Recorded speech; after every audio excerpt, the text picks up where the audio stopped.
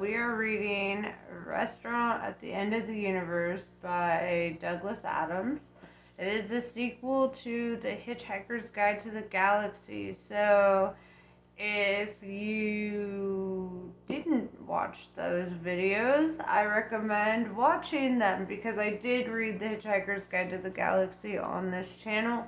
And yeah, I think it makes sense to watch the first one and then the sequel, but whatever. Anyway, we're gonna get started. So, if you've already watched it, then here we are. And I know I did kind of skip and do some other books in betwixt. And it's not because I didn't want to carry on in the saga, chronologically. It's just because I have ADHD. So, I was like, wait, I found this other good book. And so, I might bounce around a little bit. I'm going to get through the whole thing, right? And I love how they call it the trilogy of 6 books, because a trilogy is typically 3 books, but Douglas Adams has a sense of humor. So, as you can tell, if you've read or if you've listened to at least the Hitchhiker's Guide to the Galaxy. Anyway, without further ado, I will get started on this. So, there is a theory which states that if ever anyone discovers exactly what the universe is for and why it is here, it will instantly disappear and be replaced by something even more bizarre and inexplicable. There's another which states that this has already happened. I'm gonna get cozy. I don't care. You can't read a book without getting cozy, okay? So, just deal with my ass, okay? Chapter 1. The story so far. In the beginning, the universe was created, and this made a lot of people very angry and been widely regarded as a bad move. Many races believe that it was created by some sort of god, though the Jotravartid people of Viltvadil, the sixth, believe that the entire universe was in fact sneezed out of the nose of a being called the Great Green Archlizzer. the Jotravartids. Sorry, I'm already laughing. The Jotravartids, who lived in perpetual fear of the time they called the coming of the Great White Handkerchief, are small blue creatures with more than 50 arms each, who are therefore unique in being the only race in history to have invented the aerosol deodorant before the wheel. However, the Great Green Archlizzer theory is not widely accepted outside Vitvaldol, the sixth, and so the universe being the puzzling place it is, other explanations are constantly being sought. For instance, a race of hyper-intelligent, pan-dimensional beings once built themselves a gigantic supercomputer called Deep Thought to calculate once and for all the answer to the ultimate question of life, the universe, and everything. For 7.5 million years, Deep Thought computed and calculated, and in the end announced the answer was in fact 42. And so another, even bigger computer had to be built to find out what the actual question was. And this computer was called the Earth. It was so large that it was frequently mistaken for a planet, especially by the strange ape-like beings who roamed its surface, totally unaware that they were simply part of a gigantic computer program. And this is very odd, because without that fairly simple and obvious piece of knowledge, nothing that ever happened on the Earth could possibly make the slightest bit of sense. Sadly, however, Just before the critical moment of readout, the Earth was unexpectedly demolished by the Vogons to make way, so they claimed, for a new hyperspace bypass. And so all hope for discovering a meaning for life was lost forever, or so it would seem. Two of these strange ape-like creatures survived. Arthur Dent escaped at the very last moment because, hold on, my back itches. You're gonna have to deal with this. Okay. Because an old friend of his, Ford Prefect, suddenly turned out to be from a small planet somewhere in the vicinity of Betelgeuse, and not from Guildford, as he had hitherto claimed. And more to the point, he knew how to hitch rides on flying saucers. Trisha McMillan, or Trillian, had skipped the planet 6 months, or had skipped the planet 6 months earlier. Sorry, I am very tongue-tied right now. Okay, it's fixed now. That's how it works. Had skipped the planet 6 months earlier with Zaphod Beeblebrox, the then president of the galaxy. 2 survivors. They are all that remains of the greatest experiment ever conducted to find the ultimate question and the ultimate answer of life, the universe, and everything. And less than 500,000 miles from where their starship was drifting lazily through the inky blackness of space, a Vogon ship is moving slowly toward them. Chapter 2. Like all Vogon ships, it looked as if it had been not so much designed as congealed. The unpleasant yellow lumps and edifices, which protruded from it at unsightly angles, would have disfigured the looks of most ships, but in this case that was sadly impossible. Uglier things have been spotted in the skies, but not by reliable witnesses. In fact, to see anything much uglier than a Vogon ship, you would have to go inside it and look at a Vogon. If you are wise, however, this is precisely what you will avoid doing, because the average Vogon will not think twice before doing something so pointlessly hideous to you that you will wish you had never been born, or, if you are a clear-minded thinker, that the Vogon had never been born. In fact, the average Vogon probably wouldn't even think once. They're simple-minded, thick-willed, slug-brained creatures, and thinking is not really something they are cut out for. Anatomical analysis of the Vogon reveals that its brain was originally a badly deformed, misplaced, and dyspeptic liver.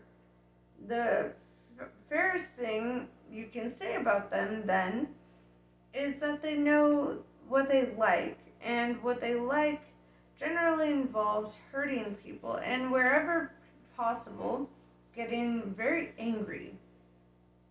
One thing they don't like is leaving a job unfinished, particularly this Vogon, and particularly for various reasons, this job.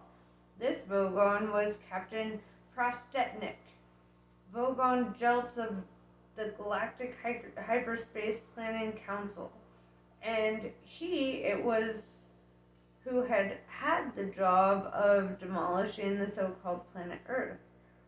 He heaved his monumentally vile body around in his ill-fitting, slimy seat and stared at the monitor screen on which the starship Heart of Gold was being systematically scanned. It mattered little to him that the Heart of Gold, with its infinite improbability drive, was the most beautiful and revolutionary ship ever built. Aesthetics and technology were closed books to him, and had he had his way, burned and buried books as well. It mattered even less to him that Zaphod Beeblebrox was aboard. Zaphod Zaphod Beeblebrox was now the ex-president of the galaxy, and though every police force in the galaxy was currently pursuing both him and this ship he had stolen, the Vogon was not interested. He had other fish to fry. It has been said that Vogons are not above a little bribery and corruption in the same way that the sea is not above the clouds, and this was certainly true in his case. When he heard the words integrity or moral rectitude, he reached for his dictionary, and when he heard the chink of ready money in large quantities, he reached for the rule book and threw it away. In seeking so implacably the destruction of the earth and all that therein lie, he was moving somewhat above and beyond the call of his professional duty. There was even some doubt as to whether the said bypass was actually going to be built, but the matter had been glossed over. He grunted a repellent grunt of satisfaction. "Computer," he croaked. "Get me my brain care specialist on the line."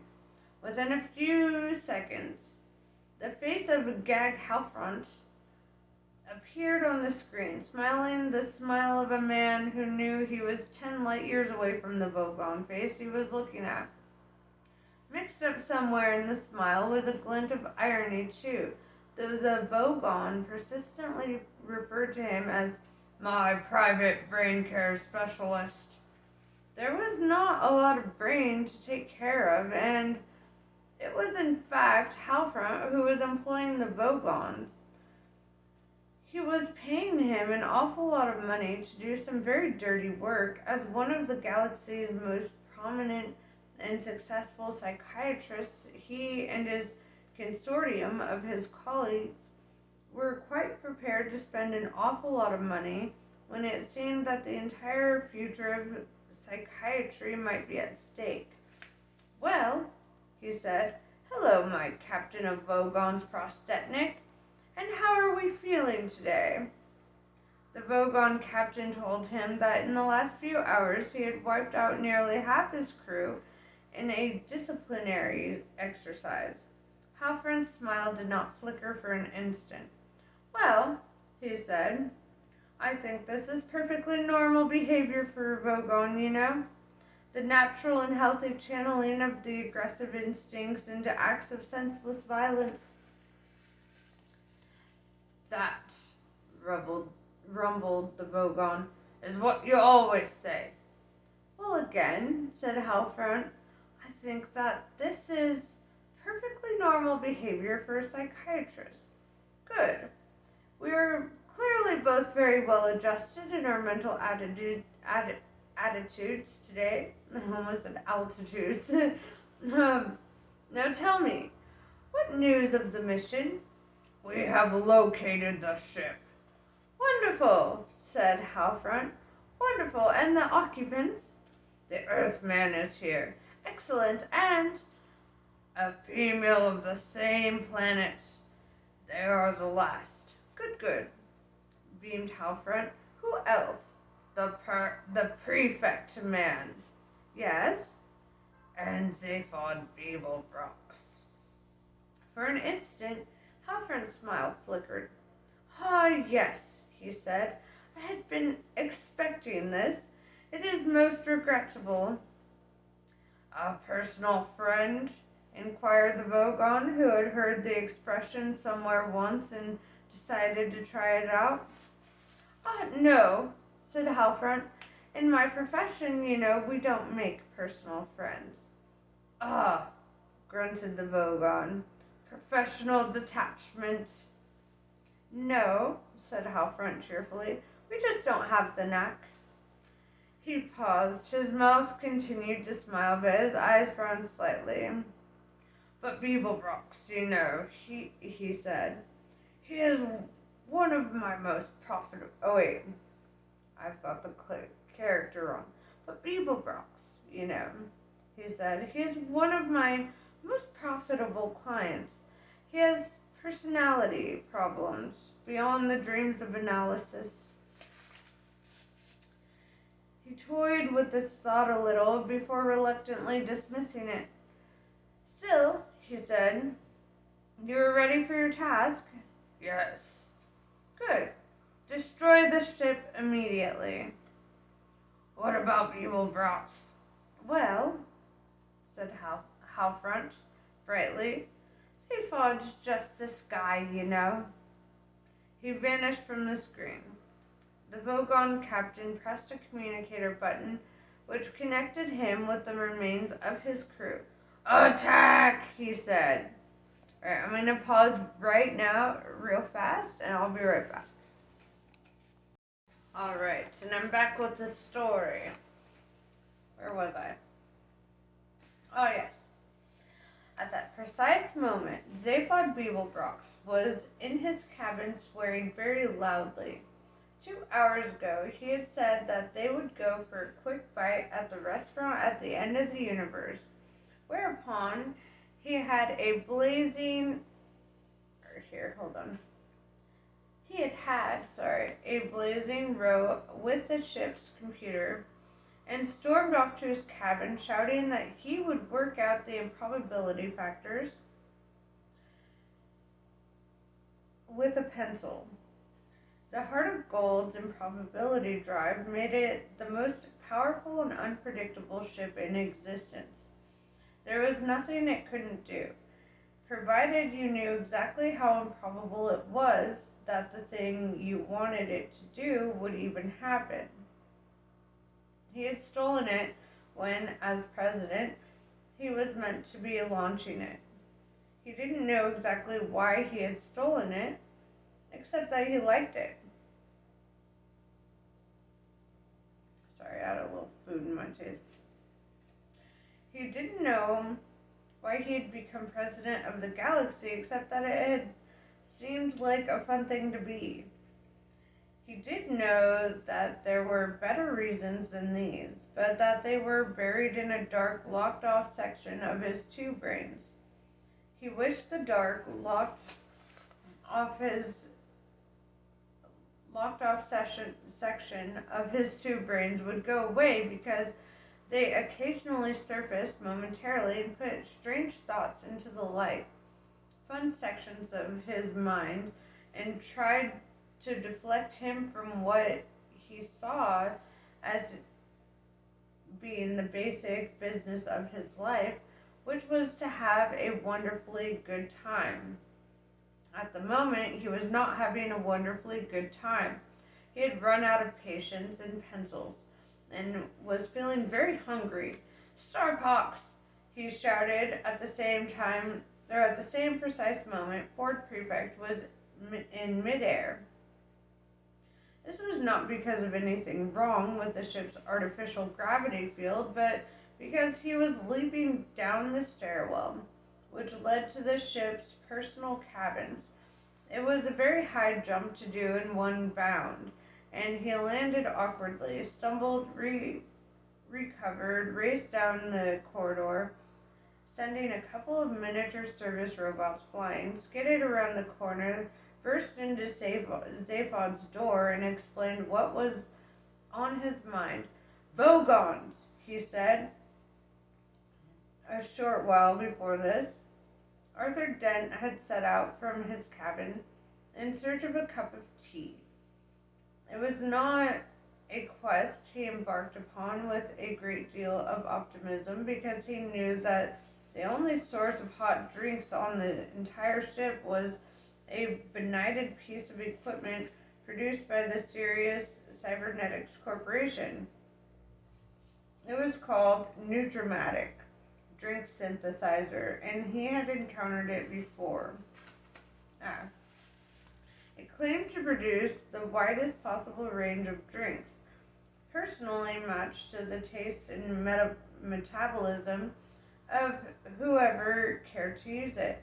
But when put to the test, however, it invariably produced a plastic cup filled with a liquid which was almost, but not quite, entirely unlike tea. He attempted to reason with the thing. Tea, he said. Share and enjoy, the machine replied, and provided him with yet another cup of sickly liquid. He threw it away. Share and enjoy, the machine repeated, and produced another one. Share and enjoy is the company motto of the hugely successful Sirius Cybernetics Corporation Complaints Division, which now covers the major land masses of 3 medium-sized planets and is the only part of the corporation to have shown a consistent profit in recent years. The motto stands, or rather stood, in 3-mile-high illuminated letters near the Complaints Department spaceport on Eodrax. Unfortunately, its weight was such that shortly after it was erected, the ground beneath the letters caved in and they dropped for nearly half their length through the offices of many talented young complaints executives, now deceased. The protruding upper halves of the letters now appear in the local language to read, "Go stick your head in a pig," and are no longer illuminated except at times of special celebration. Arthur threw away a 6th cup of the liquid.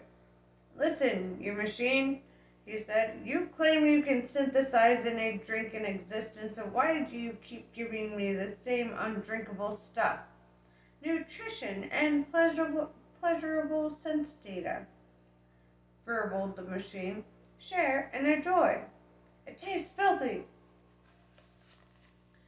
If you have enjoyed the experience of this drink, continued the machine, why not share it with your friends? Because, said Arthur tartly, I want to keep them. Will you try to comprehend what I'm telling you? That drink, said the machine sweetly, was individually tailored to meet your personal requirements for nutrition and pleasure. Ah, said Arthur, so I'm a masochist on a diet, am I? Share and enjoy. Oh, shut up. Will that be all? Arthur decided to give up. Yes, he said. Then he decided he'd be damned if he'd give up. No, he said. Look, it's very, very simple. All I want is a cup of tea. You're going to make one for me. Keep quiet and listen. He told the new dramatic about India. He told it about China. He told it about Ceylon. He told it about broad leaves drying in the sun. He told it about silver teapots. He told it about summer afternoons on the lawn. He told it about putting it in the milk before the tea so it wouldn't get scalded. He even told it briefly about the history of the East India Company. So that's it, is it? Said the new dramatic when he had finished. Yes, said Arthur. That is what I want. You want the taste of dried leaves boiled in water? Yes, with milk. Squirted out of a cow? Well, in a manner of speaking, I suppose. I'm going to need some help with this one, said the machine tersely. All the cheerful burbling had dropped out of its voice, and it now meant business. Well, anything I can do, said Arthur. You've done quite enough, said the new dramatic, informed him. It summoned up the ship's computer. Hi there, said the ship's computer. The new dramatic explained about the tea to the ship's computer. The computer boggled, linked logic circuits with the new dramatic, and together they lapsed into grim silence. Arthur watched and waited for a while, but nothing further happened. He thumped it, but still nothing happened. Eventually he gave up and wandered up to the bridge. In the empty wastes of space, the heart of gold hung still. Around it blazed the billion pinpricks of the galaxy, Toward it crept the ugly yellow lump of the Vogon ship. Chapter 3. I have to show you something. Since they brought up the tea and all this, I have to show you something you guys will appreciate. Alright, so if you listen to the Hitchhiker's Guide to the Galaxy, you'd appreciate this. This is a tea that I actually got, and I don't know if I'll ever open it, but it's a tea that I got from a lady at Oktoberfest, right? And she was selling all these different teas, and they're like blooming teas. Kind of want to see what it looks like, but it says don't panic, and it's supposed to be like a hangover tea for when you have too many pangalactic gargle blasters. And I don't know, I thought it was pretty dope. So especially in light of the book we're reading, I felt that you guys would appreciate this. Anyway, I'll get back to the book. I just had to have my little interlude. Okay, chapter 3. Does anyone have a kettle? Arthur asked as he walked onto the bridge, and instantly began to wonder why Trillian was yelling at the computer to talk to her. Ford was thumping it, and Zaphod was kicking it, and also, why was there a nasty yellow lump on the vision screen? He put down the empty cup he was carrying and walked over to them. "Hello," he said. At that moment, Zaphod flung himself over to the polished marble surfaces that contained the instruments that controlled the conventional photon drive. They materialized beneath his hands, and he flipped over to manual control. He pushed, he pulled, he pressed, he swore. The photon drive gave a sickly shudder and cut out again. "Something up," said Arthur. "Hey, did you hear that?" muttered Zaphod, as he leapt for the manual controls on the infinite improbability drive. The monkey stuck. The improbability drive gave 2 small whines and then also cut out. "Pure history, men," said Zaphod, kicking the improbability drive. "A talking monkey." "If you're upset about something," said Arthur. "Vogons," snapped Ford. "We're under attack." Arthur gibbered. "Well, what are you doing? Let's get out of here." "Can't. The computer's jammed." "Jammed?" "It says all its circuits are occupied. There's no power anywhere in the ship." Ford moved away from the computer terminal, wiped a sleeve across his forehead, and slumped back against the wall. "Nothing we can do," he said. He glared at nothing and bit his lip. When Arthur had been a boy at school, long before the Earth had been demolished, he used to play football. He had not been at all good at it, and his particular specialty had been scoring own goals in important matches. Whenever this happened, he used to experience a peculiar tingling around the back of his neck that would slowly creep up across his cheeks and heat his brow. The image of mud and grass and lots of little jeering boys flinging it at him suddenly came vividly to his mind at that moment. A particular tingly sensation at the back of his neck was creeping up across his cheeks and heated his brow. He started to speak and stopped. He started to speak again and stopped again. Finally, he managed to speak. He said. He cleared his throat. "Tell me," he continued, and said it so nervously that the others all turned to stare at him. He glanced at the approaching yellow blob on the vision screen. "Tell me," he said again, "did the computer say what was occupying it? I just ask out of interest." Their eyes were riveted on him. "And, well, that's it, really, just asking." Zaphod put out a hand and held Arthur by the scruff of his neck. "What have you done to it, monkey man?" he breathed. "Well," said Arthur, "nothing. In fact, it's just that I think a short while ago it was trying to work out how to—" "Yes? Make some tea?" "That's right, guys," the computer sang out suddenly. "Just coping with that problem right now, and wow, it's a biggie. Be with you in a while. It lapsed back into a silence that was only matched for sheer intensity by the silence of the three people staring at Arthur Dent. As if to relieve the tension, the Vogons chose the moment to start firing. The ship shook, the ship thundered. Outside, the inch-thick force shield around it blistered, crackled and spat under the barrage of a dozen 30 megahertz definite kill Photrazon cannon, and looked as if it wouldn't be around for long. 4 minutes is how long Ford Prefect gave it. 3 minutes and 50 seconds, he said a short while later.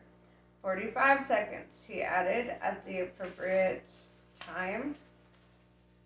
He flicked idly at some useless switches, then gave Arthur an unfriendly look. Dying for a cup of tea, eh? He said. 3 minutes and 40 seconds. Will you stop counting? Snarled Zaphod. Yes, said Ford Prefect, in 3 minutes and 35 seconds. Aboard the Vogon ship, Prostetnik Vogon Jeltz was puzzled. He had expected a chase. He had expected an exciting grapple with the tractor beams, and he expected to have to use the specially installed subcyclic normality acertitron to counter the Heart of Gold's infinite improbability drive, but the subcyclic normality acertitron lay idle as the Heart of Gold just sat there and looked and took it. A dozen 30 megahertz definite kill Photrazon cannon continued to blaze away at the Heart of Gold, and still it just sat there and took it. He tested every sensor at his disposal to see if there was any subtle trickery afoot, but no subtle trickery was to be found. He didn't know about the tea, of course, nor did he know exactly how the occupants of the Heart of Gold were spending the last 3 minutes and 30 seconds of life they had left to spend, quite how Zaphod Beeblebrox arrived at the idea of holding a seance at this point is something he was never quite clear on. Obviously, the subject of death was in the air, but more as something to be avoided than harped upon. Possibly the horror that Zaphod experienced at the prospect of being reunited with his deceased relatives led on to the thought that they might just feel the same way about him, and what's more, able to do something about helping to postpone this reunion. Or again, it might just have been one of the strange promptings that occasionally surfaced from that dark area of his mind that he had inexplicably locked off prior to becoming president of the galaxy. You want to talk about your great-grandfather? Boggled Ford. Yeah. Does it have to be now? The ship continued to shake and thunder. The temperature was rising. The light was getting dimmer. All the energy the computer didn't require for thinking about tea was being pumped into the rapidly fading force field. Yeah, insisted Zaphod. Listen, Ford, I think he might be able to help us. Are you sure? You mean think? Pick your words with care. Suggest something else we can do? Okay, round the central console. Now, come on, Trillion, Monkey Man, move. They clustered around the central console in confusion, sat down, and feeling exceptionally foolish, held hands with his third hand. Zaphod turned off the lights. Darkness gripped the ship. Outside, the thunderous roar of the definite kill cannon continued to rip the force field. Concentrate, hissed Zaphod on his name. What is it? Asked Arthur. Zaphod Beeblebrox the Fourth. What? Zaphod Beeblebrox the Fourth. Concentrate. The fourth? Yeah. Listen, I'm Zaphod Beeblebrox. My father was Zaphod Beeblebrox, the second My grandfather, Zaphod Beeblebrox III. What? There was an accident with a contraceptive and a time machine. Now concentrate. 3 minutes, said Ford Prefect. Why? Said Arthur Dent. Are we doing this? Shut up, suggested Zaphod Beeblebrox. Trillian said nothing. What she thought was to say, or what she thought was there was to say, whatever. The only light on the bridge came from the two dim red triangles in a far corner where Marvin the paranoid android sat slumped, ignoring all and ignored by all, in a private and rather unpleasant. Sorry, my dyslexia is off the chain right now. The more tired I get, the worse it gets. Sorry. Where was I? The only light on the bridge came from two dim red triangles in a far corner where Marvin, the paranoid android, sat slumped, ignoring all and ignored by all, in private and rather unpleasant world of his own. Round the central console, four figures hunched in tight concentration, trying to blot from their minds the terrifying shuddering of the ship and the fearful roar that echoed through it. They concentrated. Still they concentrated. And still they concentrated. The seconds ticked by. On Zaphod's brows stood beads of sweat, first of concentration, then of frustration, and finally of embarrassment. At last he let out a cry of anger, snatched back his hands from Trillian and Ford, and stabbed at the light switch. Alright, I'm going to stop here because my dyslexia is off the chain. The more sleepy I get, the worse it gets, and I'd rather not sit here tongue-tied all night. So we will get back to this story. It's very intense, and it is a tongue twister, so it's even worse when you're dyslexic, to be honest. But yeah, thank you for sitting through this, and we will be back with more. Namaste. See you soon. Love you all.